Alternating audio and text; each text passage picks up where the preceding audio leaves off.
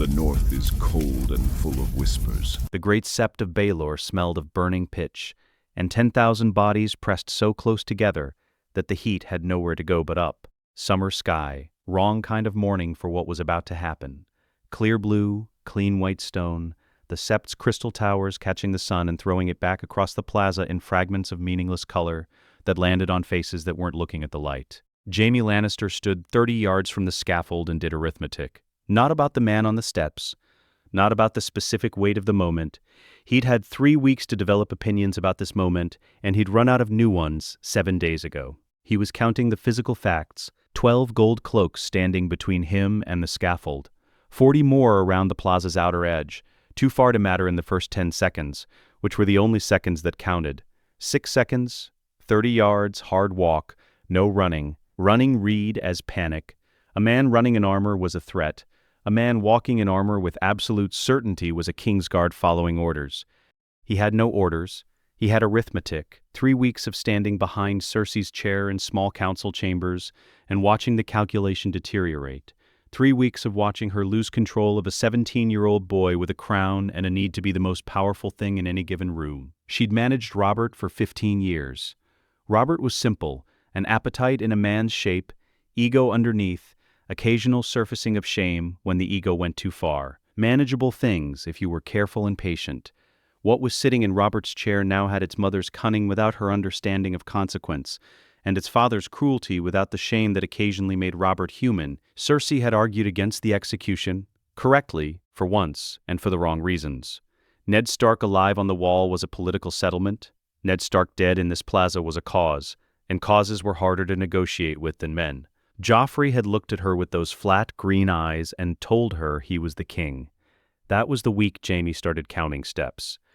On the scaffold above, Eddard Stark walked to the platform's edge and looked at nothing. The black cells had burned through him, the weight was gone, not just the physical weight, though some of that had gone too, the weeks of darkness and poor food visible in the sharpness of his jaw, the tendons standing out in his neck, but the other weight, the one that came with being the kind of man who carries the world as a personal obligation.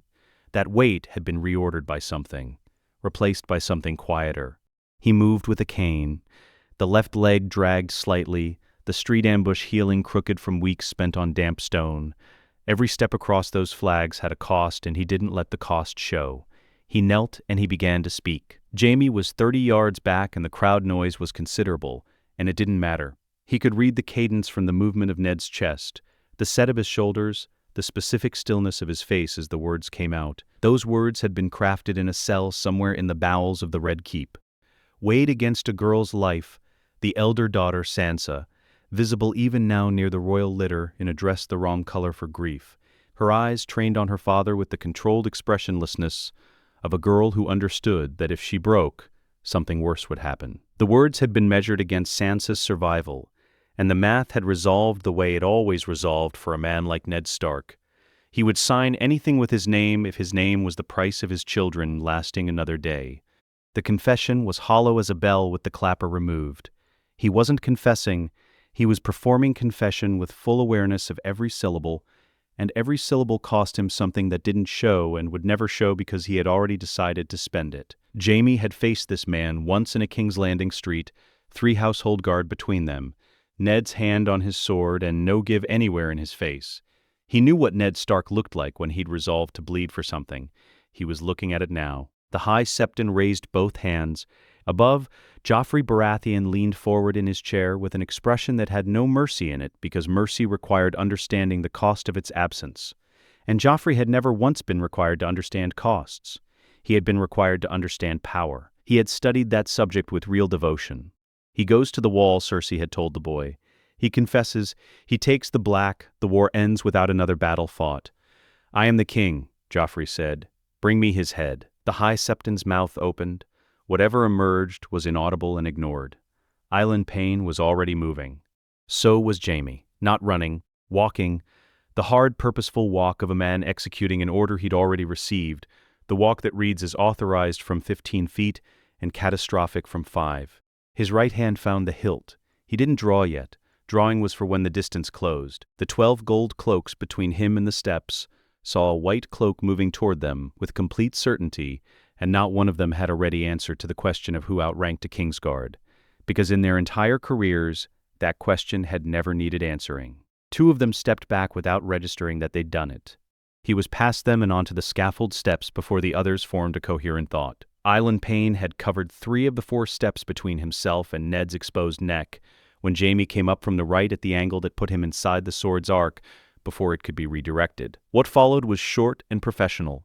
None of what the songs would make of it later, none of the embellishment, just the specific motion of a man who had killed enough people to know the efficient line and take it without hesitation.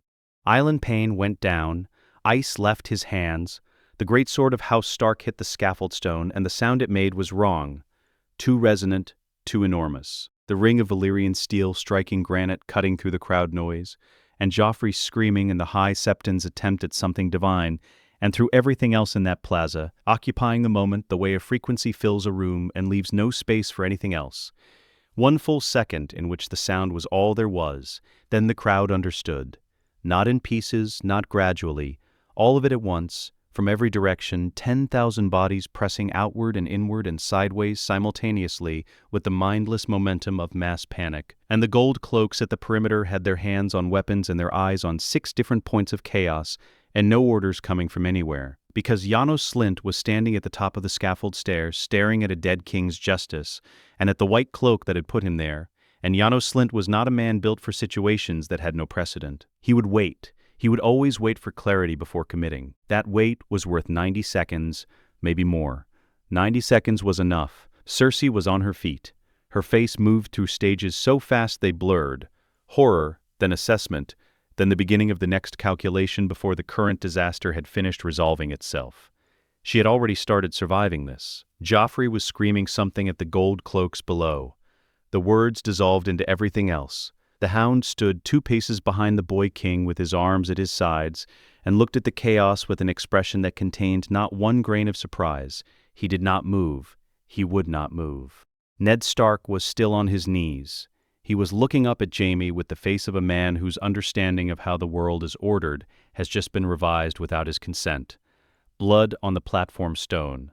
Ice 3 feet to his left, still ringing faintly against the granite. The crowd below a single heaving mass of noise going in every direction at once. He looked at all of it, and then he looked at Jaime, and what came out of him was 1 word. Flat. Foundational. Why? Not the inflection of a question. A man who had spent his entire life organizing the world according to the principle that things happen for reasons a decent man can trace. Demanding the trace. Jaime grabbed his arm and hauled him upright. The leg nearly buckled. He held on. Because you're worth more alive.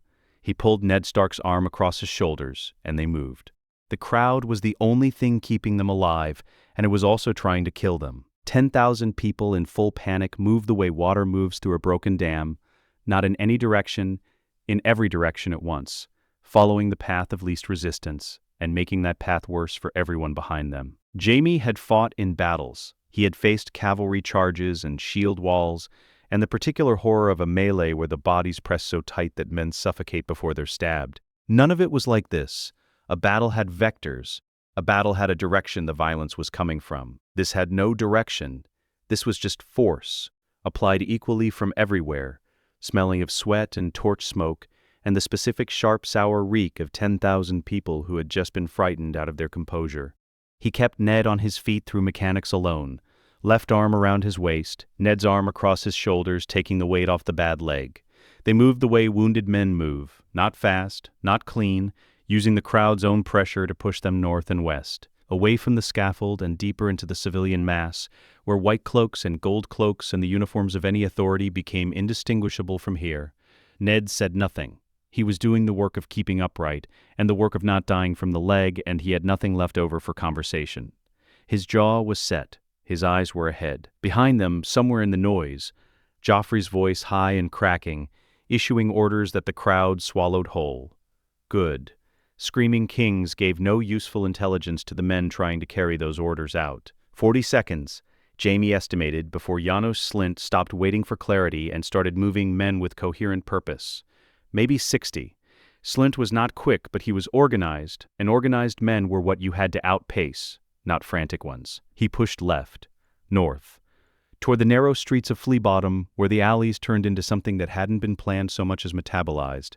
Warrens that had grown over 200 years of people building on top of other people's buildings. And the result was a city inside the city that nobody from the Red Keep had ever actually walked, because it smelled of tallow and gutting refuse and the kind of poverty that makes people invisible to the powerful. It also made people invisible to the gold cloaks. The girl came out of a doorway, not from the crowd, not from behind them. She was simply there, in the threshold of a cooperage that had shuttered its door against the chaos, pressed flat against the frame, and when she moved it was without announcement or preamble. She fell into step at Ned's right side and got her shoulder under his arm before either of them registered she'd done it. "Arya, I know." She didn't look at him. She was looking ahead, the way she'd been looking at things since she was 5 years old, not at the immediate surface but past it, at what the next 10 seconds required. She had needle at her hip, its handle worn smooth from the handling of a girl who had spent every private hour of the last 3 months learning exactly how it moved. She was 11 years old, and she was the least frightened person in this alley. She did not explain herself. There was nothing to explain. He was moving in the right direction, and she was moving with him. End of accounting. Jaime looked at her once. She looked back.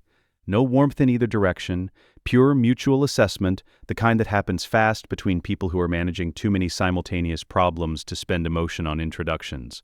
She knew the street they needed, and she took it. The man who appeared at the next corner was old and black-cloaked, and moved with the particular economical confidence of someone who had spent years guiding reluctant people through spaces that didn't want to receive them. He did not introduce himself. He simply turned left at a gap between 2 crumbling tenements that looked, from 5 feet away, like solid wall, and the 3 of them followed because the alternative was open street. The gap was barely wide enough for Jaime's shoulders. The stone on both sides had gone soft with moisture, coating his vambraces with something green and damp. Water dripped from somewhere above. The smell of rot was comprehensive. The old man moved through the dark like he owned it. Yoren. Jaime had seen him before, twice in passing at castle gates where black brothers came to collect the refuse of jails. A crow. Night's watch. Ancient right of free passage through any city in the 7 kingdoms. A right so old most of the gold cloaks wouldn't remember it, and the rest would be uncertain enough to hesitate. The crows existed in the margins of power. They were owed nothing, and they accumulated a great deal. Yoren said nothing except left, right, and once down at a place where the alley dropped 2 feet without warning. Jaime ducked below a washing line still holding someone's gray linen in the dead air, and came out into a space between buildings where 6 of Yoren's recruits stood waiting with their hollow recruit eyes and their nothing-to-lose composure. They watched Ned and said nothing. They watched Jaime's white cloak, and one of them started to say something, and Yoren made a single gesture, and the man stopped. They moved again. The Mudgate had 6 men and a captain who was trying to look alert. Jaime put Ned's hood up, checked the hang of his own white cloak, and did not slow down. Behind him, Ned at a controlled walk, the bad leg steady enough if the pace stayed even. Arya somewhere at a distance doing whatever Arya did when instructed to look like a street child, which appeared to involve looking exactly like herself. The captain straightened when he saw the white cloak. His hand went to the pommel of his sword and stopped there, uncertain. Jaime walked directly to him, close enough that the man had to choose between stepping back and holding ground. He chose the ground, which meant he had some spine, which meant this needed to work faster. Open the gate. Sir, I've had no orders. You're receiving orders. Flat. Not loud. Loud was argument. Flat was gravity. Lord Commander's authority. The Lord Commander was dismissed. The position was dismissed. The authority of the Kingsguard was not. Those are different things. Are you a student of Kingsguard law? He watched the captain process this. Open the gate, or stand here and be the man who held up the Kingsguard during a crisis in the city and explain to Janos Slint why you made that call. Make the decision. The captain made it wrong. The gate opened. Jaime walked through without looking back and heard the others follow, and kept the same pace for 30 more seconds on the far side before the breath he hadn't realized he was holding came out through his nose in a long, flat exhale. 3 minutes, maybe less. The dock was a short length of weathered planking above the Blackwater Rush, and the barge tied to it had no lock and no guard, and sat low in the brown water with the bored patience of something that had been waiting a specific amount of time for a specific purpose. and was done being decorative about it. On a piling at the dock's end, a child of perhaps 10 sat eating an apple, feet dangling above the water. He looked up when they came down the bank, looked at Jaime once with eyes that clocked everything and registered nothing, then looked at the barge, then looked away at the water. He did not move. He did not speak. The apple was half-eaten when they pushed off. Jaime noted this fact, filed it alongside other facts he was not examining yet. The current took them east, slow and brown, and Yoren found the pole and kept them against the northern bank where the willows trailed their fingers into the water, and what lay above and behind them was initially a shimmer of torch fire and noise, then a silhouette, then distance. Ned Stark sat in the bow, his hood back, his face toward King's Landing. The towers of the Red Keep caught the afternoon sun and burned it gold. Somewhere in there, Sansa, in her wrong-colored dress, standing beside a king who had looked at her father on his knees and given the order anyway. He watched the towers for as long as they remained visible, his hands on his knees, the left hand loose, the right hand gone to the bundled length of cloth beside him, unwrapping the edge just enough to touch the cold dark metal beneath, ice, found in the stones by one of Yoren's recruits and carried wordless through every alley and checkpoint, handed over without ceremony at the dock. Ned's hand on the hilt. He didn't look at it. He didn't need to. The towers went behind a bend and didn't come back. He said nothing. There was nothing yet to say. The fire was small by necessity and gave out more smoke than heat, and the heat it did give sat in a tight radius that ended about 18 inches from the flame and became nothing. The riverlands in late summer were not cold. Not northern cold, not the cold that had its own vocabulary, but the night had an edge to it, and the ground under the bedrolls was damp 4 inches down regardless of what lay on the surface. And Ned Stark's leg had been through 3 weeks in the black cells before it spent 2 days on a horse, and what this had produced was an inflammation that smelled specific and wrong when Jaime unwound the field dressing. He didn't comment on the smell. He had his sleeves rolled to the elbow, and a strip of clean linen in one hand, and the small clay pot of the only medicinal salve Yoren had produced from his pack, something that smelled of pine tar and rendered fat, the kind of preparation that worked because it was basic, because wound care at its foundation was about keeping the rot out, and everything else was sophistication on top of that foundation. Jaime had learned wound care the way he'd learned most things, from watching people die of bad examples. He cleaned the wound. He did not speak. The cleaning required a careful hand and a particular angle, and Ned held still for it with the rigid composure of a man who is not going to make a sound regardless of what the sound would be responding to. His jaw worked once, settling, and then it was still. Neither of them acknowledged what this was. A man who had tried to have him arrested, pressing close to clean the leg of the man who had almost had him executed. The specific geometry of mutual enemies who had arrived by the most indirect route imaginable, at an arrangement requiring one of them to hold a lamp and the other to hold still. They had reduced themselves to the minimum necessary language 2 days ago. Hold still. This will hurt. Done. The grammar of people managing too many simultaneous problems to spend words on texture. Across the fire, approximately 8 feet away, Arya Stark lay wrapped in a cloak that was too large for her back to the flame, her breathing slow and even. She had been asleep, by all available evidence, for the better part of an hour. Ned looked at her. Not long. A single look, the duration of a man confirming a fact he has been afraid to confirm. The breath that came out of him then was different from the ones before it. Lower, released from somewhere deeper, the specific exhale of something that had been held for 3 weeks past its healthy limit. He looked at his daughter's back and the even rise and fall of her breathing, and for a moment everything that had happened and was still happening, and was going to happen with considerable difficulty in the coming weeks, simply did not exist. Jaime said nothing. He wrapped the new dressing, tied it, sat back. I imagine there's a price. Ned said it to the fire, not to Jaime. Not a question.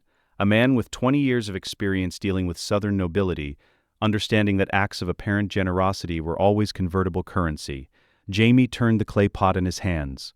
Set it down, Tyrion. The name sat in the air between them. When Robb wins, he stopped. Started differently. Without me in the field, the Lannister position in the Riverlands collapses inside a fortnight. Your son is gifted. He'll win.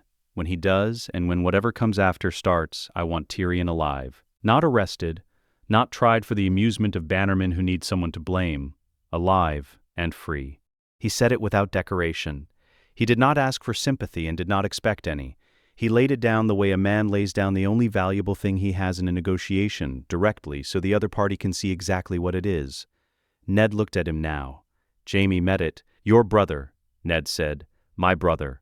Nothing more. He was not going to explain what Tyrion was to him. He was not going to make it easy or warm or anything other than what it was, which was the one thing he'd been willing to die for before today, and the one thing he was willing to bargain with now. Ned Stark could read that or he could not. Jaime was not going to translate it. A log shifted, the smoke went sideways, stung Ned's eyes, and he turned his face until it settled.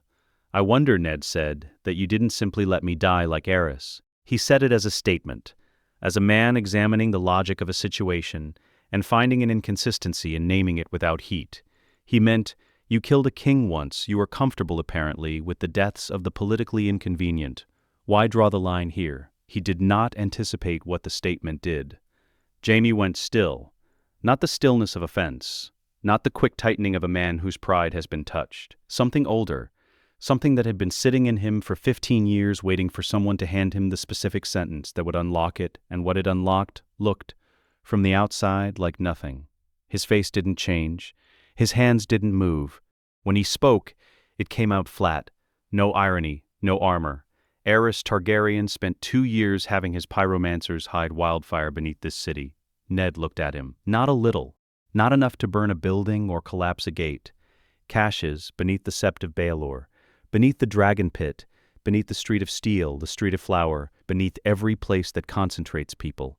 The amounts involved, a maester who understood what he was measuring would tell you that if it went up, the fire would reach the harbor, the city would be ash, and the ash would be hot for a week.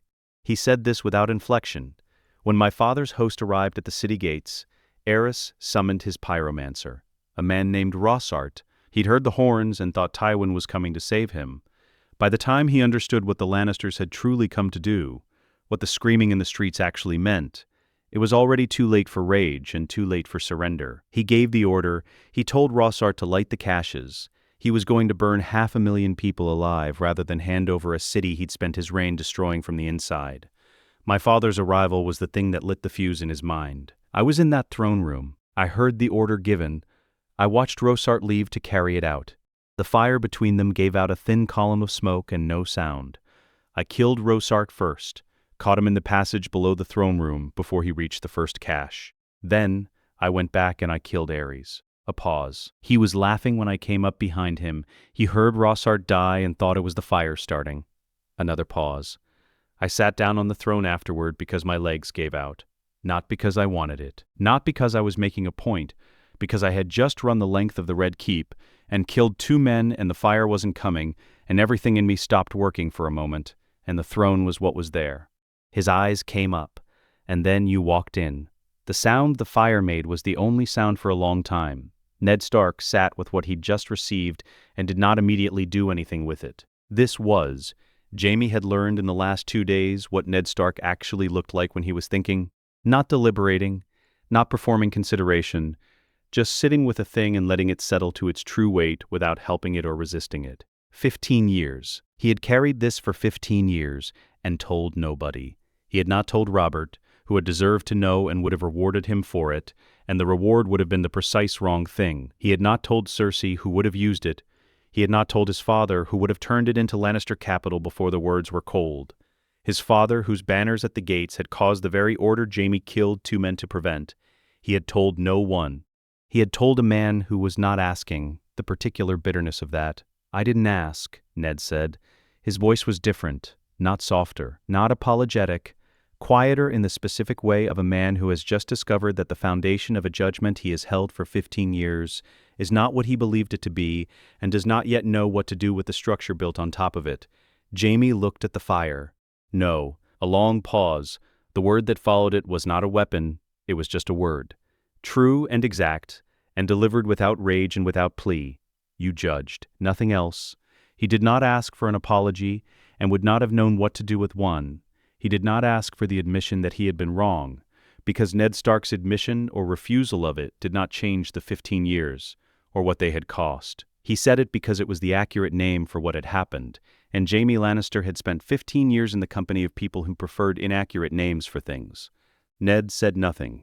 Jaime said nothing. The fire between them burned down by degrees, and neither man moved to feed it, and the smoke went straight up into a sky that was dark and very clear, and full of more stars than King's Landing ever showed, the city's torchlight having eaten them for as long as either of them could remember. Across the camp, Arya Stark's breathing remained slow and even. The camp had the specific smell of an army that had been moving hard and recently stopped, horse sweat and leather treatment, and the accumulated wood smoke of 10,000 cook fires, mud churned to a paste by the passage of boots and hooves and wagon wheels. The sharper note of steel being maintained by men who understood that what they were marching toward required the edges to be right. Gray direwolf banners on every tent line, umber sunbursts, Stark black and gold, Glover axes, the whole of the North's fighting strength spread across the Trident's eastern bank in an ordered chaos that had its own logic if you were trained to read it. These men had been told Ned Stark was dead. They had crossed the twins on Walder Frey's terms extracted with the sourness of dealing with Frey always attached, and turned south with the specific momentum of an army that had converted grief into velocity. Not hot grief, northern grief which runs deeper and cooler than the southern kind and lasts considerably longer. They were not marching to avenge a feeling. They were marching to collect a debt that had a specific value and would be paid in a specific currency, and they had been extraordinarily patient about it all the way from Winterfell. The first man to see them was a sentry on the camp's southern approach, a young Manderly man, 20 at most, who had been scanning the road with the bored attention of a sentry on the third hour of a watch, when nothing had happened since the second hour. He saw the small group coming up the road, 4 figures, one on a horse, one of those figures wearing something white, and he did what sentries do. He counted, he assessed, he noted the white cloak, and then he looked at the man on the horse and went completely still. Then he ran. Not toward them, back into camp, running the way a man runs when the message outweighs the protocol. The word moved faster than walking pace, and considerably faster than the horse Ned was on. It moved the way words move through a place where 10,000 people are close enough to hear each other, not shouted, not announced, but passed at the speed of a turned head and an arm raised to point, and a 2-word exchange that required no elaboration because the 2 words were sufficient and the people receiving them knew it. It rippled outward from the southern approach in a wave that had no sound to it, just the progressive stillness of men stopping what they were doing and turning and looking. Ned Stark. Alive. The camp went quiet, not all at once. In sections, the quiet arriving where the word arrived, one cluster of men after another stopping the maintenance of weapons and the carrying of water and the argument about something that had seemed important 10 seconds ago, and simply standing, looking south. For perhaps 3 seconds, 4. The whole camp was silent in the way a held breath is silent, the way the moment before a thing resolves itself is silent. Then someone made a sound. It wasn't a word. It was something below language, something that came from a place that didn't consult language before it expressed itself. And the man beside him made it too, and the man beside him, and it built from the southern approach outward through the gray direwolf banners and the umber tents and the Stark positions, and reached the river and bounced back, and by then, it was not a sound anymore, it was a physical force. Birds left the tree line on both banks for half a mile in both directions and did not come back. Ned, on the horse, did not raise his hand or make an acknowledgement.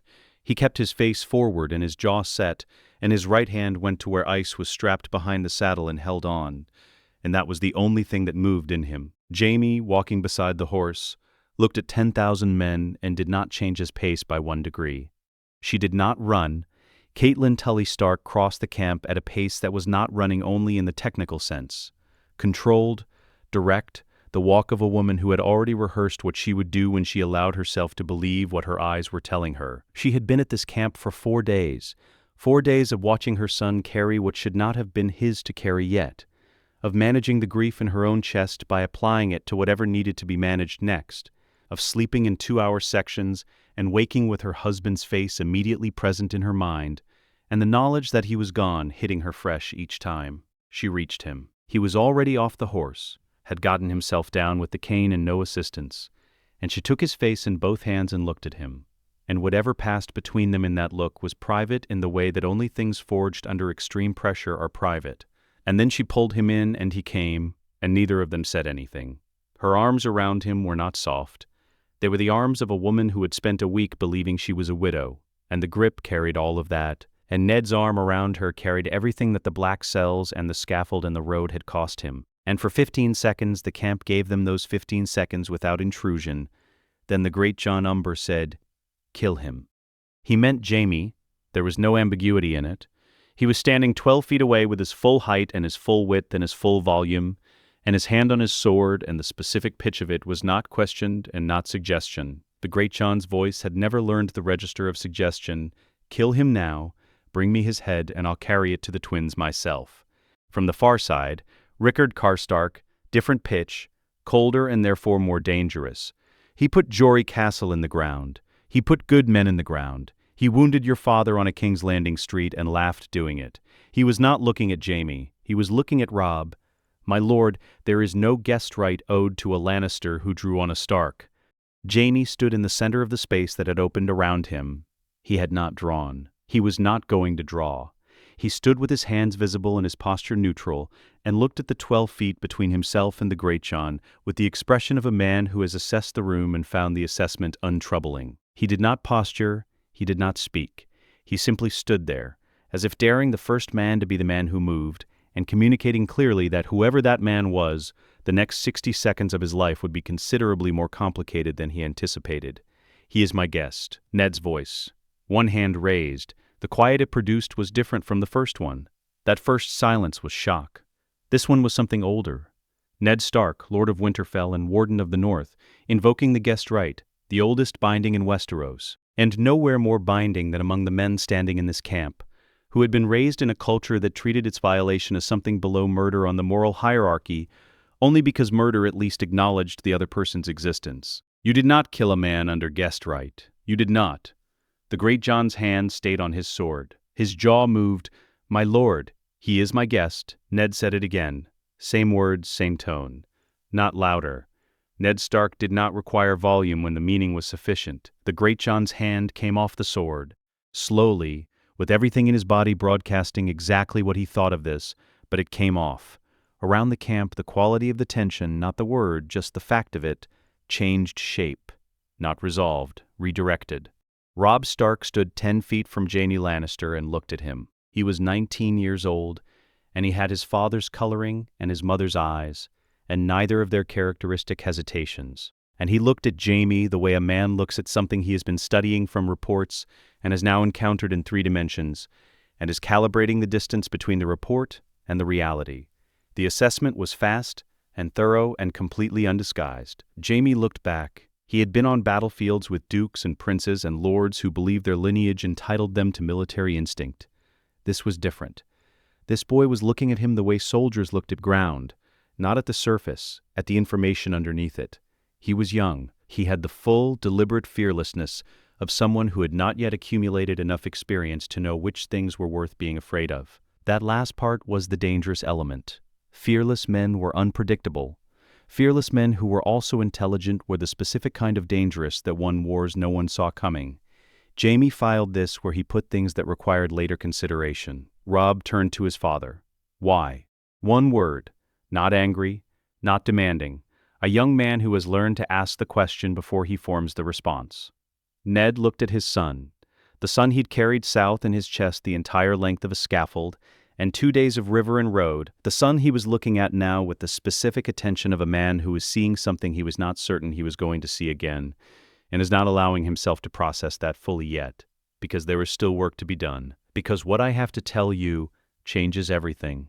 The tent was large enough for the men required, and not 1 inch larger.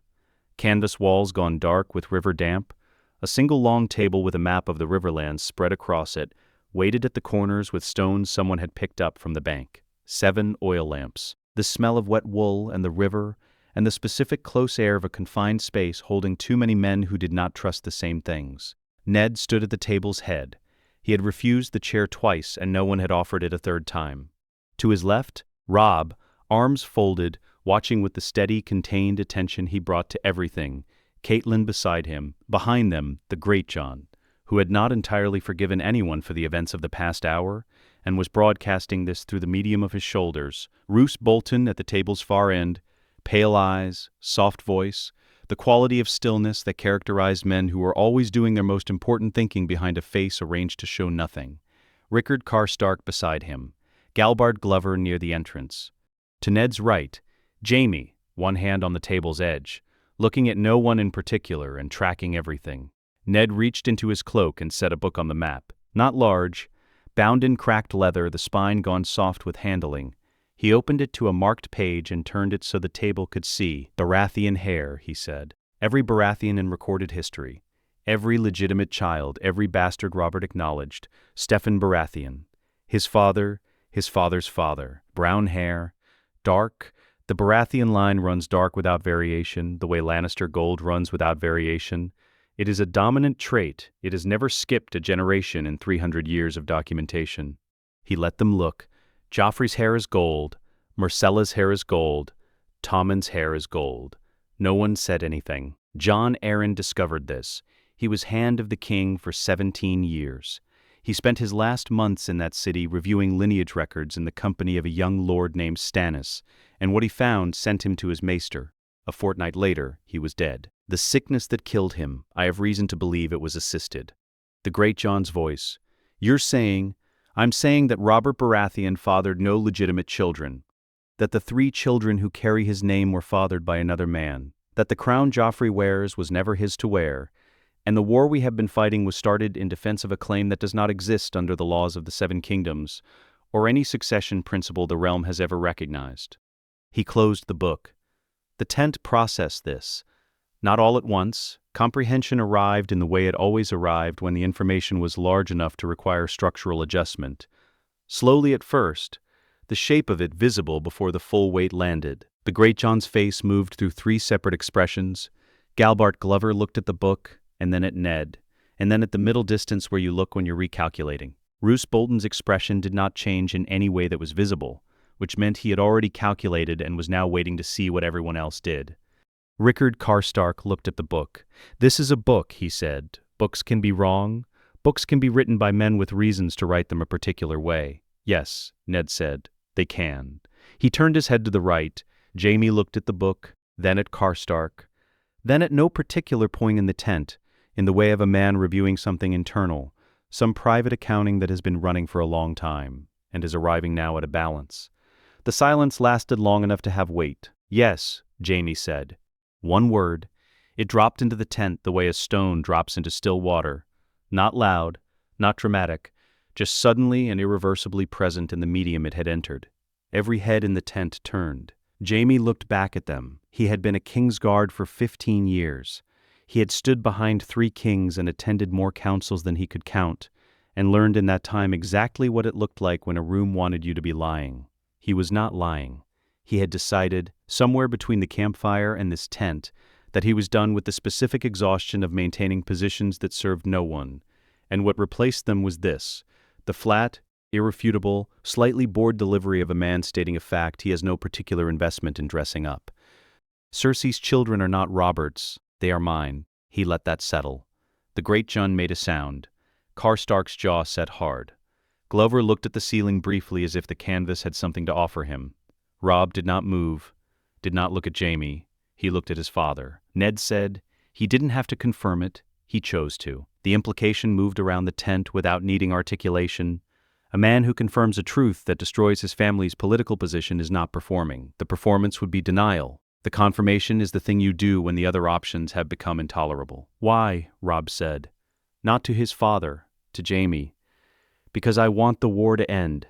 Jaime's hand came off the table's edge. He straightened, not for sentimental reasons. Because wars have outcomes, and the available outcomes of this one, if it runs its full course, are bad for everyone in this tent, and catastrophic for most people outside it.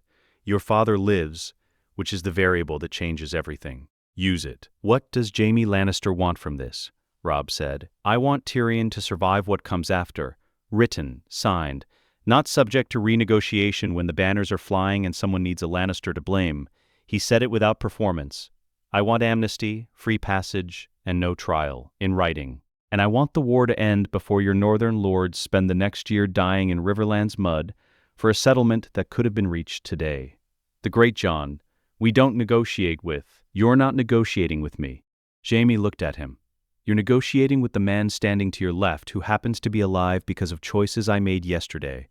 Work out what that's worth to you and apply it to the conversation. The great Jon looked at Ned. Ned said, "Hear the terms." The terms were operational and unsentimental. Robb's combined host, Northern and Riverlands, would march on King's Landing. Jaime would provide intelligence on Lannister positions in the field, troop numbers, supply lines, Tywin's operational patterns, things he had designed in some cases personally. A man who built the system knows the exits. Robb would put his name and his lord's seal on a formal declaration to Stannis Baratheon at Dragonstone. Not Ned's letter, which was evidence. This was testimony. The Lord of Winterfell's heir adding the weight of House Stark's witness to what Stannis already held. Together, they were sufficient to settle the question of legitimate succession in any court the realm recognized.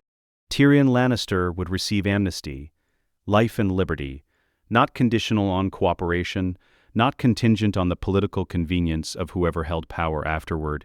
Written and binding, Roose Bolton suggested, quietly, that the Lannister family's cooperation might be better secured with more flexible language around Tyrion's status. Jaime looked at him. Flexible language is what you use when you intend to break the term later. I don't want flexible language. Bolton received this without expression. No flexible language, Robb said. Then he looked at his father. What else? Ned had been waiting for this. Not with impatience, with the particular stillness of a man holding the thing he has been carrying since the scaffold, waiting for the correct moment to set it on the table where it could be seen. Sansa. The name changed the air in the tent. She is in King's Landing. She has been there since my arrest. She will have been moved to more formal custody after yesterday. She is the only leverage Joffrey holds that I care about, and he is not stupid enough to give her up without being made to. He looked at Robb, at Catelyn, then back to Robb. Before one Stark soldier sets foot on the King's Road moving south, before one northern boot crosses toward King's Landing with hostile intent, Sansa walks out of that city unharmed and is delivered to this camp, or nothing I have agreed to tonight holds. Silence. That is not a negotiating position, Ned said. It is a condition. The distinction matters.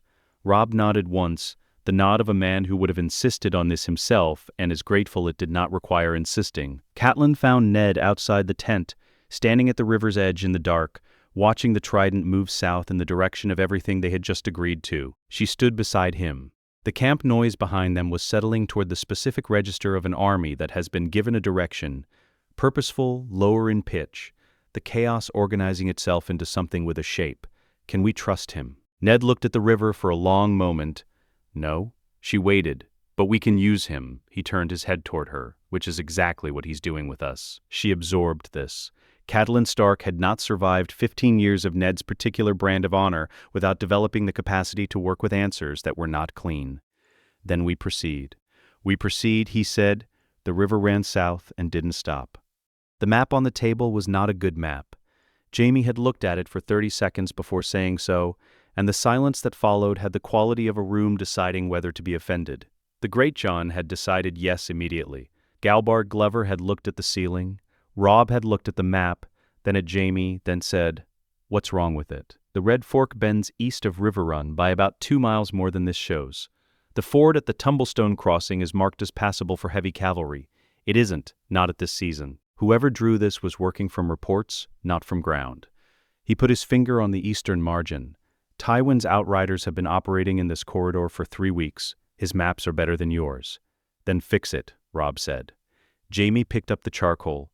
He spent the better part of the morning at that table, not because anyone invited him to take it. He simply took it, the way he took everything, with the complete and slightly offensive confidence of a man who has never seriously entertained the possibility that the space was not his to occupy. He corrected the map's eastern margin. He drew Tywin's position at Harrenhal in relation to the King's Road and the 2 main supply lines running west. He marked the scouting corridors, the arcs that Lannister outriders ran every 72 hours, the gaps between those arcs that existed not by accident but by design, because Tywin believed in economical coverage rather than saturation.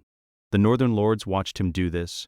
The great Jon watched with his arms folded and his jaw forward, and the posture of a man who was absorbing useful information and finding the experience personally offensive. Rickard Karstark watched without expression. Roose Bolton sat at the table's far end and watched Jaime with the same pale, attentive stillness he brought to everything, the look of a man who keeps a separate set of accounts from the ones he shows people and is always updating them. Robb stood at the table's edge and did not lean on it.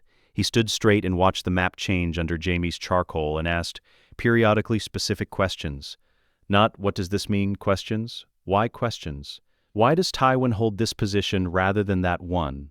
Why are the supply lines routed through the Western Passage rather than the King's Road direct? Why does the scouting arc leave this corridor open on the eastern margin every third day? Jaime answered. He was precise. He was unsentimental. He was, on 2 occasions, uncomfortably admiring of his father's logic, in the specific way of a man who has been educated by something he resents the influence of. Tywin doesn't fight to win battles, he said. He fights to win before the battle. By the time his cavalry engages, the outcome has already been determined by supply and position and the psychological weight of facing a force that has moved faster than you anticipated it could. He is not interested in courage or valor or any of the things that songs are about. He is interested in the removal of the enemy's ability to make decisions. Then how do you beat him? Robb said. You make a decision he hasn't predicted. The great Jon made a sound. Not words. Just the sound of a large man absorbing something he'd prefer not to agree with. He doesn't know I'm here, Jaime continued. He believes his son is in the field against you, a Lannister sword arm operating independently, slowing your advance while he concentrates his main host. He has based his entire operational plan on the movements of a piece that is no longer on the board. That is the only advantage this conversation produces, and it has an expiration. He looked at Robb directly. The moment Tywin receives confirmation that I am in this camp, not rumor, confirmation, the advantage ends. He will restructure. He is very fast. You will have perhaps 4 days of intelligence value from everything I've told you, and then it becomes noise. Then we move in 3, Robb said. The scouting party was Jaime's intelligence and Robb's problem to solve. 400 Lannister riders moving northeast to assess the Stark host's position and advance rate. Jaime had drawn their projected route on the map that morning. Not estimated, projected, because he had written the scouting doctrine they were following 7 years ago in a training manual that Tywin had adopted for the whole Western host and never updated because it worked, and Tywin did not fix things that worked. They'll camp tonight at the fork where this tributary meets the Red Fork, Jaime said. 40-man perimeter, standard spacing. They'll rotate watch every 3 hours on the eastern arc but not the western. Western is considered backcountry, low threat. The scouting doctrine doesn't weight it. In the morning they move north to the ridge. He marked the ridge. When you hit them from the south and the east simultaneously. They'll break north toward the river. That's the trained response. North toward the river, regroup, reform. It's what I trained them to do. Put a blocking force at the river and they have nowhere to go. Robb studied the map. He said nothing for a long moment. His eyes moved from the tributary fork to the ridge to the river and back. He was doing something with the ground that wasn't calculation exactly. It was closer to reading the way men who are built for this read terrain the way other men read text, not processing it so much as receiving it. The bend, he said. What about it? The river bends east here. You corrected the map this morning. He put his finger on it. If they break north toward the river and the blocking force is here, at the straight section they have one option, but if the pressure comes from the south and east simultaneously and the blocking force is here, at the bend, he moved his finger. The eastern escape route looks open, they'll take it, and the bend catches them. Jaime looked at the map. The bend caught them. The terrain funneled a force breaking east into a narrowing approach with water on one side and high ground on the other. A blocking force of 200 at the bend's neck could hold 600 in the funnel indefinitely. He hadn't said this. He had designed an ambush that worked. Robb had looked at the ground and found one that worked differently and caught more. That works, Jaime said. Not effusively, just the flat acknowledgement of a man who has assessed a modification and found it superior to his original. The ambush was not clean. Ambushes were never clean. They were controlled chaos managed toward a specific outcome by whoever maintained their composure the longest, and what happened east of the Red Fork in the gray hour before full dawn was controlled chaos in exactly that sense. The Lannister scouting party breaking north, as predicted, hitting the blocking force at the river's straight section, redirecting east as Robb had predicted, and discovering at the bend that the east was not open. 60 riders taken, the rest scattered in directions that were not tactically useful to anyone, which was the functional definition of a broken unit. Robb rode back through the aftermath with the specific quietness of a young commander processing what the gap between plan and execution actually felt like. Not the theory, the fact of it with its noise and its mud and its specific quality of confusion, even on the winning side, Men shouting things that had been coordinated calmly an hour ago, now shouting them into a fog that didn't care about the coordination. Jaime came alongside him at the edge of the field. He looked at Robb for a moment with an expression that the great Jon, had he seen it, would have found deeply irritating. The expression of a man revising an assessment upward and finding the revision inconvenient. "Where did you learn that?" Robb looked at the field, at the prisoners being organized, at the gray direwolf banners moving through the morning light. "I didn't." A pause. I looked at the ground. Jaime rode back to camp slightly behind Robb's position, and did not join the conversation that opened up around the young lord as the lords returned. The great Jon loud, Glover measured, even Karstark's cold satisfaction audible in the register of a man who had watched something work. He looked at Robb's back, 17 years old, natural instinct for terrain that most commanders developed over a decade of expensive mistakes or never developed at all. The river bend in 3 seconds, from a corrected map in a room full of opinions he hadn't asked for. If he lived, if he got 10 years. Jaime filed this thought in the place where he kept other facts that required later consideration, not because he intended to act on it now, but because the kind of man Robb Stark was going to become in 10 years was information with a long shelf life. It was the kind of information you kept regardless of whether you knew yet what you'd use it for. The camp opened around them and received them back. The raven didn't want to go. It moved on its perch with the irritable precision of an animal that has opinions about timing, and the maester handling it, a young man borrowed from the nearest Riverlands holdfast, whose predecessor had been killed when Lannister outriders burned the place 3 weeks ago, managed it with the careful hands of someone who understood that the bird was correct to be skeptical and was going anyway. Ned stood at the tent's entrance watching the preparation. The letter was in his hand. He had written it 3 times. The first 2 drafts were in the fire. The first draft had been too careful. The language of a man still thinking in terms of legal evidence and procedural weight, still writing as if he were presenting to a council rather than to Stannis Baratheon, who had no use for the architecture of argument and considerable use for the plain statement of position. Stannis did not need persuading. He needed the commitment made in language that could not be later described as conditional. The second draft had been too much. It had contained the full enumeration of everything: the lineage book, Jon Arryn's investigation, the hair color of every Baratheon child, Jaime's confirmation in the tent, the tactical situation in the Riverlands. It was thorough, and it was evidence of a man who trusted his audience less than his audience deserved. Stannis Baratheon had been building his own case for months. He did not need Ned's evidence. He needed Ned's name. The third draft was 23 lines. Ned Stark, Lord of Winterfell and Warden of the North, recognizes Stannis Baratheon as the rightful king of the 7 kingdoms, under the laws of succession of the realm and the right of inheritance from King Robert Baratheon, first of his name.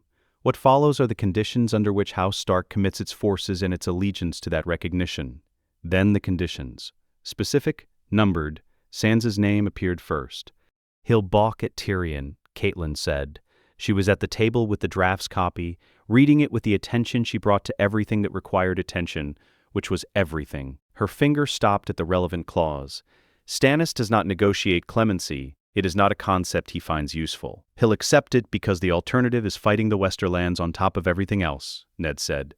Tywin Lannister is old and politically reduced, but he is not dead, and the West is still intact. Stannis needs a settlement that doesn't turn every Lannister bannerman into an enemy with nothing left to lose. Stannis would argue that justice is not contingent on military convenience. Stannis would be right. He'd also be fighting a 3-front war. Catelyn set the copy down. "He'll accept it," she said. "Not concession. Assessment, but he won't like it, and he'll find a way to communicate that he doesn't like it that will be technically within the terms of the agreement and personally insufferable." "Yes," Ned said. "That's Stannis." Robb was at the map. He had not spoken in several minutes, which with Robb meant he was solving something that hadn't been named yet. "The Riverlands lords," he said. Both parents looked at him. They suffered under the Lannister campaign. Their holdfasts burned. Their people. He stopped, started differently. If the Lannister family receives comfortable terms and walks away from this with the West intact and Tyrion free and Cersei in exile somewhere pleasant, the Riverlands lords get nothing. No justice, no reparation, no visible consequence for the men who ordered the burning. The tent was quiet. Catelyn. "He's right." Ned looked at the floor for a moment. "I know he's right. Then what does the settlement give them?" Robb said. Not angry. Clinical. "A king who will actually enforce the law," Ned said. which is something they have not had in 17 years. It is not satisfaction, it is what's available. Robb absorbed this. The expression on his face was the one he wore when he accepted something he didn't like because the math required it. Not resignation, just the practical acknowledgement that the math was the math. Jaime was at the entrance. He had been there for some portion of the conversation. Exactly which portion was unclear, and he did not clarify it. "The trial," he said. Ned looked at him. "Write it in. Joffrey faces a royal trial, real testimony, real evidence, real judges, not Stannis' personal verdict delivered in the throne room with a sword. A court. He came into the tent. The Riverland's lords want visible consequence. A trial is visible. It is also controlled, which matters, because an uncontrolled reckoning for Joffrey opens questions about every lord who served him, and that list is long enough to destabilize whatever Stannis builds afterward." "And Cersei," Catelyn said. "Cersei's involvement in Robert's death and Ned's imprisonment is a separate examination. Different charges, different court. She is not tried alongside Joffrey." He said this without looking at anyone. "The Lannister family is not destroyed. It is reduced. There is a difference." "Is there?" Rickard Karstark said from the tent's rear, where he had been standing with the stillness of a man conserving something he intended to spend later. "From where I am standing, the Lannister family ordered this war, burned the Riverlands, and walks away with its seat, and its gold, and its heir free, and its matriarch in comfortable exile. That is not reduction, that is inconvenience." Jaime looked at him. "What would you prefer?" "I would prefer consequences proportionate to actions." "House Lannister loses the crown," Jaime said. "It loses its political position at court. It loses its hold on the Iron Throne it bought through the sack of King's Landing. It loses the war. It retains Casterly Rock and the gold because those things were not obtained through this war, and there is no legal mechanism for stripping them without establishing a precedent that will be used against every lord in this room, inside a generation." He paused. "That is not inconvenience. That is defeat. Most houses don't survive it intact." Karstark held his gaze for a long moment, said nothing more. It was not agreement. It was the silence of a man who had not found a hole in the argument and resented it. "Renly," Catelyn said it into the pause that followed, "the way you say the name of a thing you've been waiting for a natural opening to name." Everyone in the tent knew what the name meant.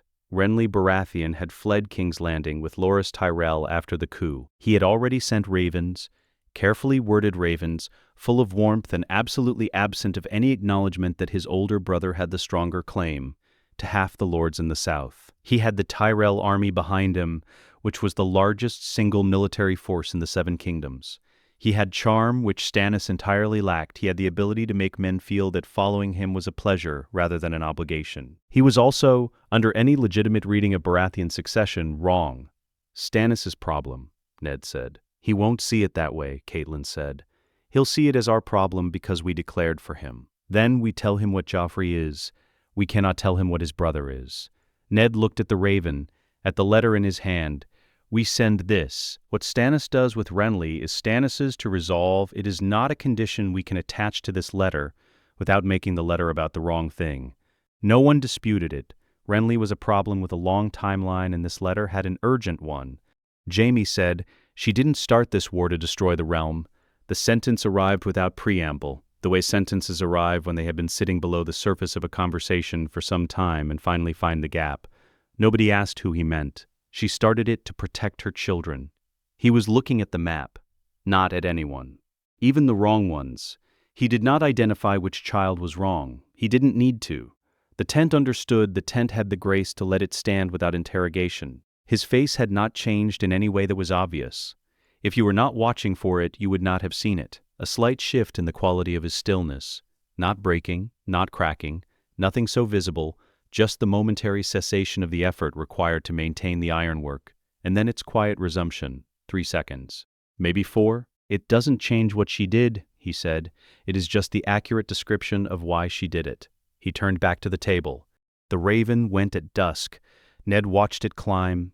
It found altitude quickly, dark against the last light in the western sky, and turned east-southeast toward the coast, and the sea beyond it, and the island at the end of that sea where a man sat in a cold castle accumulating righteous certainty and waiting for the world to recognize what he had known for months. The letter carried 23 lines and Sansa's name first among the conditions and the weight of everything that had happened since the scaffold, and the weight of everything that was still to happen, all of it compressed into the cylinder attached to the raven's leg, growing smaller now, disappearing into the eastern dark. Ned stood at the camp's edge until he couldn't see it anymore. Then he went inside. The city looked smaller from outside it. Jaime had never seen King's Landing from this angle. From the north, from the wrong side of the walls, from the position of a man who had spent 15 years inside those walls looking out at the world, and was now outside looking in. The walls were the same walls. The towers were the same towers.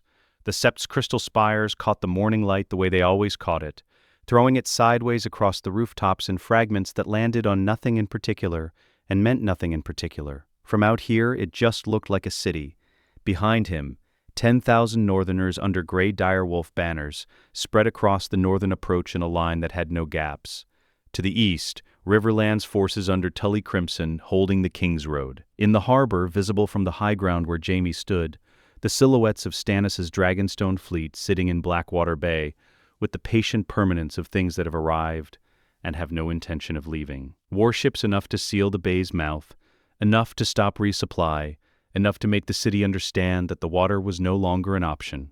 The city had been quiet for 2 days, not the quiet of a place that had surrendered, the quiet of a place that was deciding. Earlier that morning in the final intelligence briefing before the advance, Jaime had mentioned it without emphasis.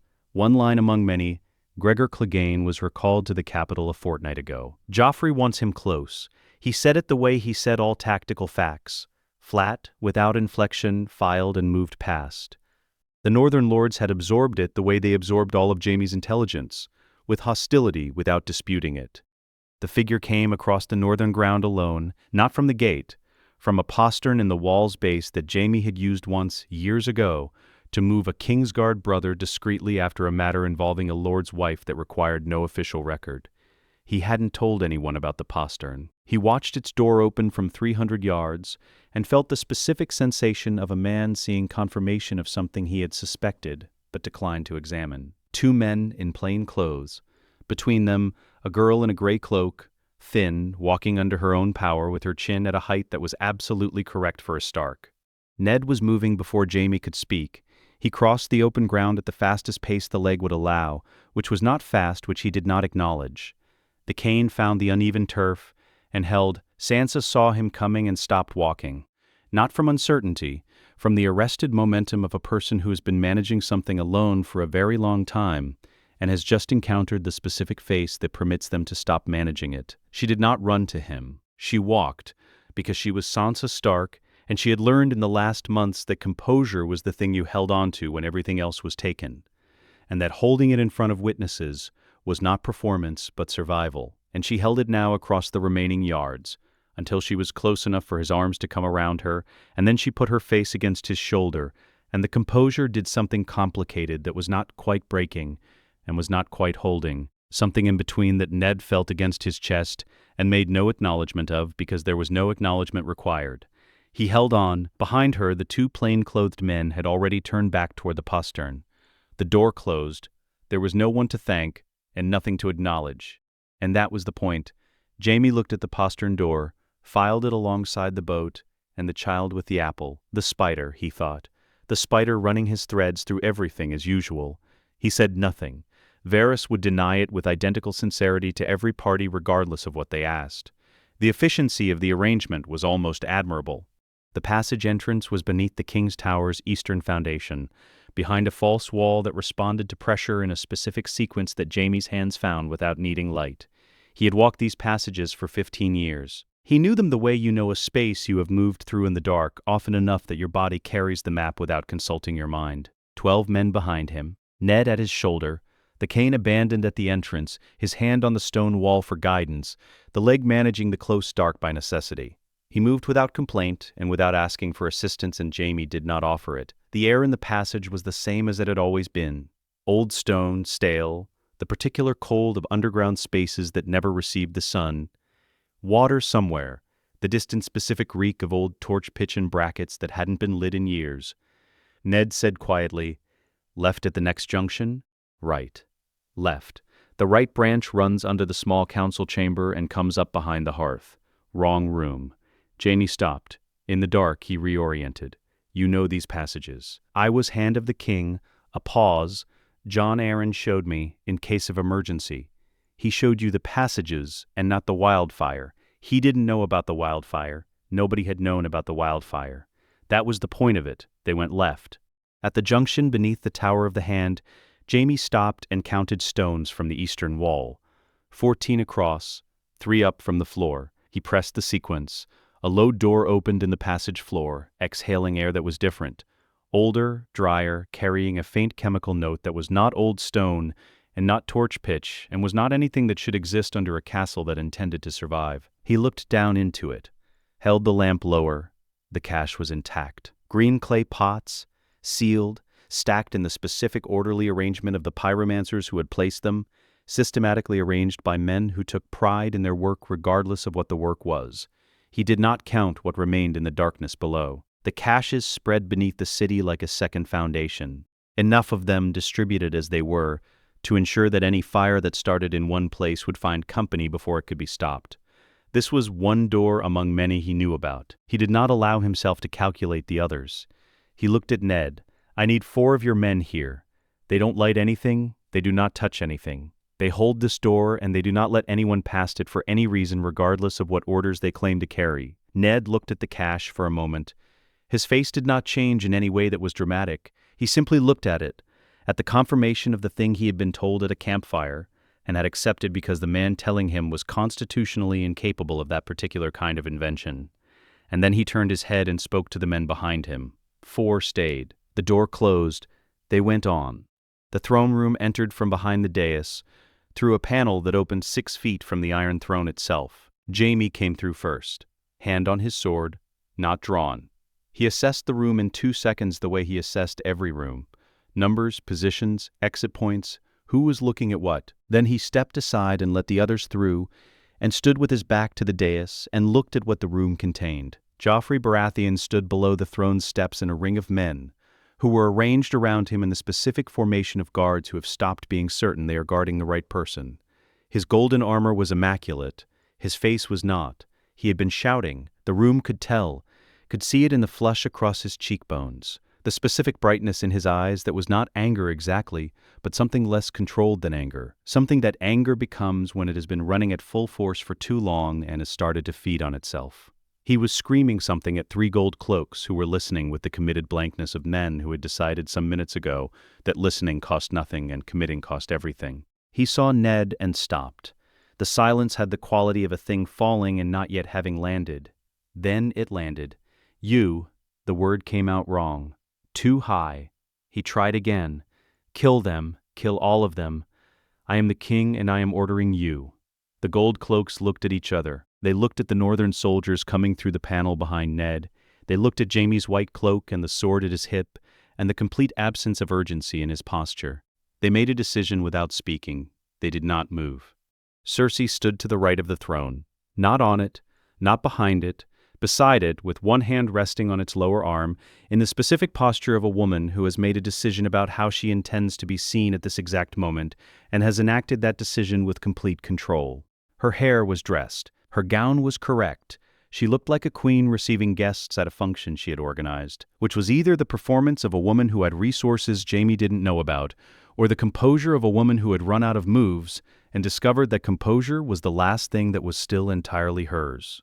She looked at him, he looked back. The room between them, 40 feet, 12 northern soldiers, Ned Stark, a screaming boy who had been a king until approximately this morning, might not have existed. It was just her face and his, and 15 years of something that did not have a clean name and would not have benefited from one. I knew it would be you, she said. Her voice was steady, not cold. She was many things and cold was not one of them, but controlled in the way a flame is controlled by the vessel containing it. Still burning, just not where it could spread. He had no answer for her. He had imagined in the weeks of planning and the days of movement that there would be something, some word that would be the correct word, some sentence that would be true enough and precise enough to serve as the thing that got said at this moment. There was nothing. There was just her face and the fact of what had happened and the 40 feet between them that he was not going to cross. He said nothing. She did not require him to. They found Littlefinger in the corridor outside the small council chamber, not trying to escape, moving between rooms with the specific purposeful energy of a man engaged in 3 conversations simultaneously, which was his natural state. A man whose entire existence was the management of information flows between parties who didn't know they were being managed. He turned at the sound of footsteps and his eyes moved across the faces coming down the corridor, and stopped at Ned Stark, and something happened. 1 second, less, maybe, half a second. The warmth at his face conducted as naturally as skin conducted warmth. The ready sympathy, the bright, attentive eyes, the expression of a man who finds whoever he is looking at genuinely interesting. It went somewhere, not dimmed, gone. What replaced it for that half second was something that had no warmth in it at all, something that had been running very cold underneath the warmth for a very long time and had just been surprised into visibility. Then it came back. Lord Stark, Littlefinger said. The smile arrived as smoothly as a drawn breath, timed perfectly, absolutely present. This is unexpected. Ned did not stop walking. He kept the same pace, the same line, passing Littlefinger at 3 feet of distance, not looking at him. 2 of Ned's men stopped. Littlefinger looked at them, looked at Ned's retreating back. The smile held.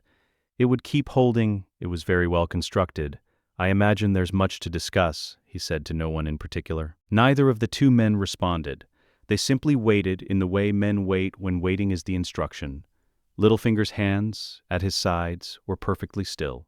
The Great Hall had been many things over its history. Throne room, feast hall, the place where kings received oaths and oaths received kings, and the whole circular machinery of Westerosi power confirmed itself through ceremony and the strategic deployment of expensive clothing. It had held 10,000 people at Robert's coronation feast. It held perhaps 200 now, and the 200 were enough. Stannis Baratheon stood below the Iron Throne steps and did not sit on it. He would not sit on it until the business was concluded. This was Stannis, a man who understood the symbolic weight of gestures well enough to withhold them until they were correctly earned, and who found the performance of impatience as wasteful as the performance of warmth. Ned stood to his right, Robb behind him, northern lords along the hall's western wall, the Dragonstone commanders on the eastern side. In the center of the floor, Joffrey Baratheon, and the thing standing behind him, Gregor Clegane in full plate, was not a man in the usual sense. He was 8 feet of organized violence wearing iron, and he had the specific quality of complete stillness that very large men achieve when they are not yet required to move. The stillness of something that does not need to manage its presence because its presence manages itself. He held a great sword that another man would require 2 hands for. He held it in one. Joffrey had stopped screaming some hours ago, which had made him more dangerous in one specific way.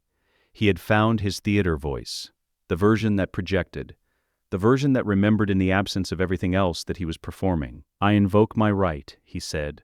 Trial by combat. The gods will determine the truth of these charges. He said it with the particular conviction of a boy who has read this in a book and believes it will work because it worked in the book. Stannis looked at him for a long moment. Then he looked at Ned. Then he looked back at Joffrey with the expression he reserved for arguments that were about to be ended on technical grounds. The invocation is refused, Stannis said. You cannot refuse. Trial by combat is a right of kings. Stannis's voice did not rise. It never rose. It simply became more precise. You hold no legitimate claim to kingship. This has been established by evidence, by witness testimony, by lineage record, and by the confirmation of a Kingsguard who served in this court for 15 years. A man who was never lawfully king holds no king's rights. The invocation has no legal standing. It is refused. The hall was very quiet. Joffrey's mouth opened. What came out was not words. It was the specific sound of a boy discovering that the floor he has been standing on has simply been removed, and the argument he has prepared for the moment of removal has nowhere to land. Stannis did not give him time to regroup. Name your champion or stand without one. The court proceeds either way. Cersei moved, not toward Joffrey. She did not look at her son. She turned from her position along the hall's southern wall and looked across the floor, across Stannis, across Ned, across the northern lords who moved fractionally at her passage, making room with the instinct of people giving space to something unpredictable, and looked at Jaime. She crossed the floor until she was close enough to speak at low volume and have it reach him. You are Kingsguard. He looked at her. You are bound to me, by your oath, by your cloak, by 15 years of. She stopped, chose the word. Service. You are Kingsguard, and I am queen, and my son requires a champion, and you are standing there. Not a request, not a plea. She was technically correct in the way she was always technically correct when she had nothing left except technical correctness, and she deployed it with everything she had, which was considerable. Her eyes were steady, her voice had not broken and would not break. She was performing queenship with the same discipline she had applied to it for 15 years.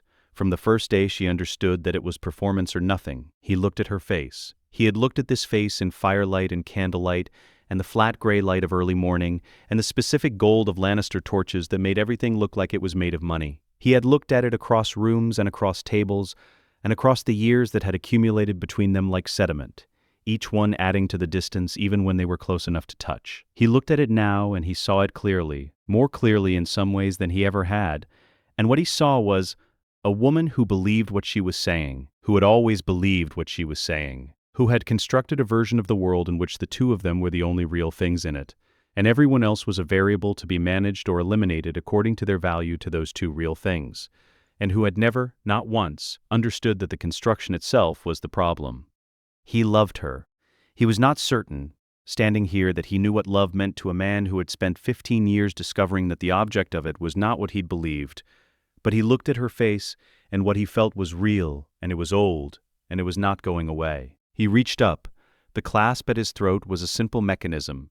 He had fastened and unfastened it 10,000 times in 15 years. Every morning, every night, automatic as breathing. His fingers found it without looking.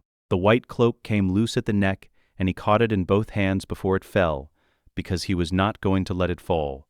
He was going to fold it. He folded it the way a soldier folds a flag, carefully, with the precision of someone who has handled this exact object long enough to know how its weight distributed, how the wool lay, where it wanted to crease. He folded it and held it for a moment and looked at it in his hands, and then he set it on the table beside him and placed his palm flat on top of it for 1 second and lifted his hand. He looked at Cersei. Not any more. She held his gaze for 3 full seconds. Behind her eyes, something moved. Not surprise, she had known this was possible, had perhaps known it was inevitable from the moment she heard what he had done at the Sept. Something older than surprise. Something that was the emotional name for watching a version of yourself that you had been certain would last forever simply stop. She did not respond. She turned and walked back to her position along the wall, and she was composed the entire length of it, because she was Cersei Lannister and composure was the last thing that was entirely hers, and she was not giving it up in this hall in front of these people. Joffrey's demand for trial by combat had been legally refused, but the Mountain had not been told this and had not moved. He stood in the center of the hall floor with his greatsword and his complete stillness and the specific quality of a man waiting for an instruction he understood. And what finally came was not from Joffrey, who had stopped issuing instructions that anyone was listening to, but from the decision of the room itself. A Northern Lord and a Dragonstone commander stepped forward together, because this was not ceremony and it was not glory, and nobody in the hall needed it to be either of those things. What followed was brief. It was not clean. The Mountain fell. The hall made sounds it would not repeat in any formal account of the proceedings. Then it was finished. Joffrey's trial was the presentation of evidence to a panel of 7 lords, 3 Northern, 2 from the Riverlands, 2 from Stannis' Dragonstone Council, and it took the better part of an afternoon. He raged through the opening testimony. He threatened the first witness with specific punishments in a voice that cracked on the specifics. He accused Ned of fabrication, Stannis of ambition, Robb of savagery, the High Septon's absent successor of incompetence. He called the lineage book a forgery, with the conviction of a man who has decided that conviction is a sufficient substitute for evidence. The panel listened. When the evidence concluded, they conferred for 11 minutes. Guilty. The sentence, permanent exile from the 7 kingdoms. Not death. A living symbol of illegitimacy is more politically durable than a martyred one. And Stannis, who would have preferred death, who found exile aesthetically incomplete in its justice, accepted Ned's argument on practical grounds because Stannis was, above all things, a man who accepted correct arguments regardless of whether he liked them. Joffrey did not understand at first what exile meant. He thought it was negotiable. He spent several minutes explaining why it was negotiable. No one in the room engaged with the explanation. Cersei's examination was separate. Different charges, different panel. Robert's death and its circumstances. Ned's imprisonment and the mechanisms of it, the obstruction of Jon Arryn's investigation, and the name of the man who had assisted that obstruction now in custody in a room below, and finding the experience of being without leverage deeply instructive. Guilty. Her sentence, exile. Wherever she chose, not specified, she received it standing. She did not speak after the verdict was read. She looked at no one in particular, and received the guilty and the exile with the complete composure of a woman who had decided how she intended to conduct herself at this exact moment, and was conducting herself exactly that way. She was led from the hall by two of Stannis's guards who were professional and correct, and gave her the appropriate distance. Jaime watched her go. She did not look back. He watched the door she had gone through for a moment after she was gone, the way you look at a place where something was and is no longer, and then he looked at the floor. He did not close his eyes. He stood with his hands at his sides and looked at the stone floor of the great hall, and let whatever was happening in his chest happen without attempting to organize it or name it or manage it into something presentable. 10 seconds, maybe less. Then he raised his head. He walked out of the hall. His footsteps on the stone were unhurried. The crown did not fit Stannis Baratheon. Not physically. It had been adjusted, resized, a goldsmith working through the previous night to bring it to the correct circumference for a head that was not Robert's head. Physically it sat where it was meant to sit, but there was something about the combination of Stannis's face and a crown that produced not the image of a king receiving his due, but of a man wearing a piece of metal he has determined is necessary and intends to wear correctly regardless of his personal feelings about it. He sat on the Iron Throne for the ceremony. He had the bladebacks pressing into his spine, as all who sat there had the bladebacks pressing into their spines. The throne's reminder, some said, that ruling was not comfortable and had never been designed to be. Stannis absorbed this reminder with the posture of a man absorbing a training exercise he has already mastered and finds mildly beneath him. The High Septon who conducted the ceremony was new to the position and showed it in the specific way of a man acutely aware of being watched by people who had known his predecessor. He was competent. The ceremony was competent. The singers sang the correct songs in the correct order, and what they produced was technically a cheer from the assembled lords, delivered with the honest relief of people who have stopped fighting and are only now beginning to understand what stopping feels like. The lords bent the knee. Stannis received it the way Stannis received everything, without warmth, with complete attention, with the underlying communication that he had noted this, and would remember it, and would hold you to it. Ned bent with the rest of them on his good knee. The bad one went as far as it went. Stannis looked at him. Something moved briefly in his face. Not sympathy. Stannis did not traffic in sympathy, but the acknowledgement of a man who recognizes what the knee costs and credits it accordingly. The pin was smaller than Ned remembered. He held it in his palm for a moment before putting it on. The hand of the king's badge, gold, the scale that symbolized judgment, the sword that symbolized protection. The last time he had held it, Jon Arryn had been 6 weeks dead, and Robert had been standing in the crypts of Winterfell asking him to come south, and every instinct Ned possessed had told him that the south would cost him something he could not recover. The instinct had been correct. He put the pin on. He did not thank Stannis for offering it. Stannis did not expect thanks. What Stannis expected was the function, a hand who would do the work of governing, because governing was what the realm required. And Stannis was enough of a realist to know that a just king who cannot govern is just a man with a crown, and Stannis had not fought through this to end up with a crown and nothing else. "Try not to get arrested this time," Stannis said.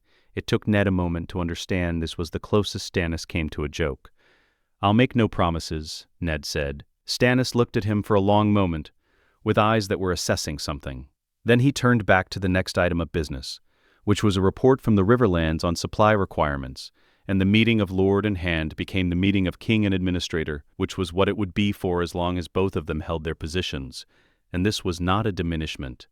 Robb left on the third morning. He came to Ned's chambers before the banners were up, before the camp was fully mobile, and stood in the doorway with the specific quiet of a man who has said everything necessary, and is present now for the fact of being present rather than for anything more that needs saying. Ned looked at his son, at the red-brown hair and his mother's eyes, and the particular set of his shoulders that was entirely his own. Not Ned's posture, not Catelyn's, something that had developed in the space between who his parents were and become irreducibly Robb. He was young and he had done things in the past months that men twice his age had not managed and would not have managed. They stood for a moment without filling it. Then Robb crossed the room and they held each other the way men hold each other when the holding has to carry what the words cannot. And it lasted the right amount of time and ended without ceremony. "Go home," Ned said. "Come north," Robb said, "when you can." He rode out under the gray direwolf banners with his lords around him, and the Umber giants and the Karstark sunbursts and the Glover axes went with him, and the northern host moved out of King's Landing in the reverse direction from which it had come, back up the King's Road, back toward the Twins and the Crossing, back toward the cold that had its own vocabulary that the South would never learn. Ned watched until the last banner was gone. He found Arya by not finding her. He had assigned her 3 handlers, men he trusted, patient men with experience managing difficult situations. She had shed 2 of them before mid-morning, and the 3rd had located her by following the sound of an argument she was having with a fishmonger about the correct way to gut a river trout, a subject on which she apparently had opinions. He watched her from a high window in the Tower of the Hand. She was in the market below the keep's outer wall, a small figure moving through the crowd with the easy, unself-conscious purpose of someone who belongs to herself and has always known it. She was arguing with the fishmonger with both hands, making specific technical points, and she had needle at her hip and a knife she had acquired from somewhere on the other side, and she looked like no lord's daughter he had ever seen, and entirely like herself. He watched until she moved out of his view and did not try to find her again. She was going to become something the world had no category for yet. He understood this. He was not going to stand in the way of the becoming. Sansa came to him at noon. She sat across the table from him in the Hand Solar, and they talked about Winterfell, about the things she wanted to do when they returned, the changes she wanted to make to her own chambers, the specific complaints she had about the way the Sept's candle holders had been arranged since she was 12 years old. Small things, things that meant home without using the word. She had always been beautiful. She was still beautiful, but there was something different now behind it. Something behind the gray eyes that had not been there before the arrest and the months that followed. Not hardness, exactly. More like the princess that had existed in the surface layer had been removed by circumstances, the way weather removes surface material to show what is underneath, and what was underneath was more durable, less decorative and more real. She was going to be formidable. She did not yet know this about herself. She was beginning to... Tyrion arrived in the late afternoon, announced by nobody, appearing in the corridor outside the Hand Solar with a wine cup he had obtained from somewhere, and the specific expression of a man taking full inventory of a changed world and finding the inventory both alarming and deeply interesting. He looked at Ned. "Lord Stark," he said, "you look considerably better than the last time I saw you, which was on your knees in a plaza. So I want to be clear that the bar was not high." "Lord Tyrion," Ned said, "welcome to the Red Keep. It's smaller than I remembered." He looked around the corridor. "Or I've grown." He took a drink. "I understand I have my brother to thank for my continued existence. I find this simultaneously touching and professionally embarrassing." He was shown to chambers. He was introduced to Stannis, who looked at him for a long moment with the expression of a man calculating use value against personal discomfort and arriving at a pragmatic resolution. Tyrion looked at Stannis with something that was almost sympathy and considerably more amusement. They would not like each other. They would work together with an efficiency that would surprise everyone, including themselves. Jaime chose Casterly Rock. The decree was read that morning in the small council chamber. Formal removal from the King's Guard by royal decree, stripping of the white cloak, revocation of all attendant oaths and authorities. He stood for it with his hands at his sides and received the reading without expression. Afterward, the wall or Casterly Rock. He said the rock without hesitation. He was not his father's heir. Tywin was alive, diminished, isolated in the West with his gold and his wounded pride and the ruins of the political position he had spent 30 years constructing, but alive, and Jaime returning to Casterly Rock was both exile and inheritance. What that reunion looked like was not something the decree addressed, and not something Jaime had discussed with anyone. He did not discuss it now. He collected what he had brought with him, which was not much, and arranged to ride west in the morning. He found Ned on the ramparts, or Ned found him. It was unclear which, the way it was sometimes unclear with people who have spent sufficient time in each other's vicinity that their movements begin to be legible to each other. The ramparts overlooked the city's western aspect, where the sun was declining toward the horizon at the particular angle that turned everything it touched a deep, unreasonable gold. King's Landing in this light looked like the place that songs were set, rather than the place where songs were invented to disguise what actually happened. The rooftops, the Sept's crystal spires, The harbor glinting at the city's southern edge, 500,000 people below, managing their lives with the specific practical urgency of people who have been through a siege and are not yet certain it is entirely over, but have washing to do regardless. They stood at the parapet and looked at it. The silence lasted long enough to be comfortable, which was not something either of them would have predicted when this started. "You're a better man than you pretend to be, Kingslayer." Jaime looked at the city. "Don't ruin it." A pause. "I have a reputation to protect." Ned said nothing for a moment. "You still don't want to be called that. I've been called worse." He said it with the specific lightness of a man using lightness as information rather than deflection. Yes, it costs something, and no, he is not going to say what. Ned waited. He was very good at waiting. He had the patience of a man who had learned that silence held correctly produced more truth than questions. "What would you want to be called instead?" Jaime looked at him. The look lasted a long time. There was something moving through it that was almost an answer, almost the name of the thing he had been unable to locate for 15 years. The thing that existed on the far side of the white cloak, and the stigma and the accumulated weight of choices made in a throne room, with the smell of wildfire still in the air, and his father's banners at the gate outside, the thing that would exist eventually when the distance from all of it was sufficient. He was not there yet, he knew he was not there yet. Ask me in 10 years. He turned and walked away from the parapet. His footsteps on the stone were unhurried. He did not look back. Ned stood alone on the ramparts and watched the city burn gold in the last of the light. Not fire, just the sun, doing what it did at this hour in this season to stone and tile and water, making it look briefly like everything was made of the same substance and that substance was warm. The city was not on fire. He held this fact the way you hold a thing you did not expect to be able to hold. Carefully, with full awareness of its weight, without pretending it was lighter than it was. The work ahead was real. The years ahead were real. Sansa recovering. Arya becoming. Robb governing the north in the space Ned's presence had occupied, and discovering what fit and what didn't. Stannis ruling a realm that had not yet decided whether it wanted to be ruled by a just man, or only believed it did. Littlefinger in a cell below, working through what he still had to trade. The Riverland's lords waiting for the justice that had been promised in the form of a king who kept his word. Tywin in the west.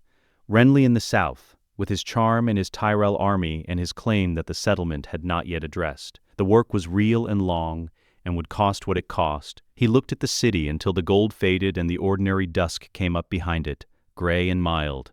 The harbor darkening, the first lamps appearing in the windows below like a slow emergence of stars that had been waiting for the right moment. The north is cold and full of whispers, and sometimes the whispers change the world more than any war ever could. Let me know what you'd like to see next. The end?